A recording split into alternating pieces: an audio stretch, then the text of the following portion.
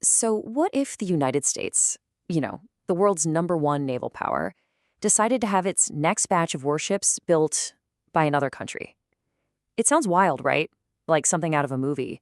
But it's a real proposal that's been nicknamed the Golden Fleet. It's a fascinating, pretty controversial idea. And today, we're going to break it all down.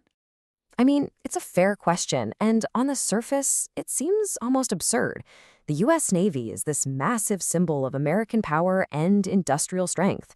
So why on earth would the Pentagon even think about looking overseas for its ships? It's a question that really gets to the heart of national security, economics, and how we work with our allies. When you really boil it all down, the answer is surprisingly straightforward. It comes down to three critical things: speed, cost, and capability. How fast can we get new ships in the water? How much is it going to cost to build them here at home? And frankly, how do our shipyards stack up against the best in the world? Pretty much the entire argument for this whole radical idea rests on these three pillars. Okay, so here's our game plan for this explainer. We're going to start with the proposal itself, then dig into why America's shipyards are struggling. After that, we'll look at why South Korea is seen as the answer, break down the staggering cost difference, and finally explore the huge geopolitical waves this whole thing could create. All right, first things first. What exactly are we talking about when we say the Golden Fleet? Let's get a really clear definition on the table so we're all on the same page. So, at its core, the Golden Fleet is this idea that was reportedly floated during the Trump administration. The plan? Have our close ally South Korea use its incredibly efficient world-class shipyards to build brand new warships for the US Navy. The whole goal is to tap into their industrial power to quickly, and I mean quickly, modernize and grow the American fleet. Now, to really get why a proposal like this would even be considered, you have to understand the problem it's trying to solve. And that problem? Well, it's right here in our own backyard, inside America's shipbuilding industry. This number, it's just staggering. The average age of many ships in the US Navy is now over 30 years old. Just think about that for a second. These are incredibly complex war machines, and they face unbelievable stress out on the open ocean. An aging fleet means more time stuck in port for repairs, more maintenance nightmares, and ultimately, fewer ships that are actually ready to go when you need them. And this chart really tells the story perfectly. Just look at that drop. Over the last 50 years, the industrial base that builds and maintains the Navy has just withered. We went from being a nation with this huge network of shipyards all competing with each other to one with just a small handful of major players who can even build these things. So, as you can imagine, this decline has led to a whole mess of problems. Everything costs more. Everything takes way longer to build. The ships we already have are stuck in these huge lines waiting for maintenance. And with such limited capacity, we just can't build new ships fast enough to replace the old ones. This right here, this is the core problem the Golden Fleet idea is trying to fix. Okay, so if the US has a shipbuilding problem, why is South Korea seen as the perfect solution?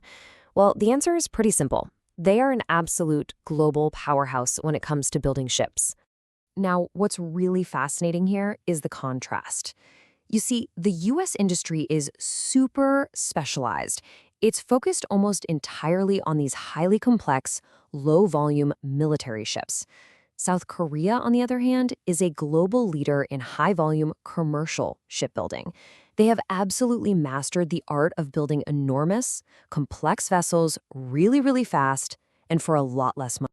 And the numbers here, they don't lie. They're just stark. The United States accounts for less than 1% of the entire global commercial market. It's barely a rounding error. Meanwhile, South Korea is a titan, commanding a massive slice of the pie. They have the infrastructure, the skilled workers, and the economies of scale that, frankly, the US has lost over the years. And this didn't just happen by accident. Not at all. South Korea's dominance is the result of a deliberate, long-term national strategy. They poured money into technology, automation, and training their workforce to become the best in the world. It's really a masterclass in how to build an industry. So, of all the arguments for this plan, this is the one that gets people's attention the most: the money. Let's just look at the raw numbers, because the difference here is truly, truly stark. Okay, so right now, a new Arleigh Burke-class destroyer, that's a real workhorse for the US Navy, costs about $2 billion to build in an American shipyard. $2 billion. Got that number in your head? Now look at this. The estimated cost for a comparable warship built to the exact same US specs but in a South Korean shipyard is about half that, around $1 billion. We're talking about getting 2 ships for the price of 1. I mean, the economic logic is just almost impossible to argue with. And this is the really crucial point. It isn't just about saving a buck.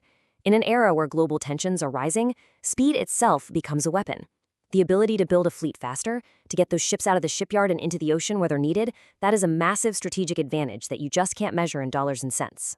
A move this big, you can bet it would send shockwaves around the world.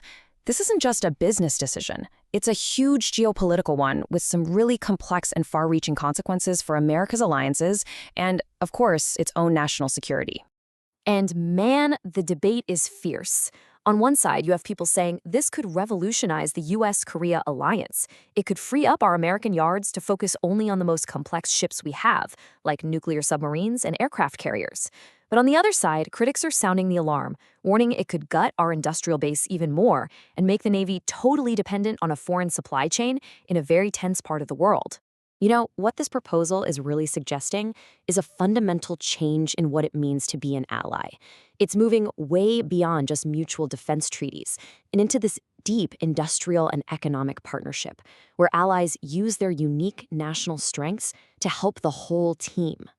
And that leaves us with the final, absolutely critical question. Is this kind of creative, integrated alliance the innovative, out-of-the-box thinking we need to face the challenges of the 21st century? Or does it trade short-term gains in speed and cost for a long-term strategic weakness that America simply can't afford to take on? It's a huge debate, and the answer will shape the future of the U.S. Navy and its place in the world for decades to come.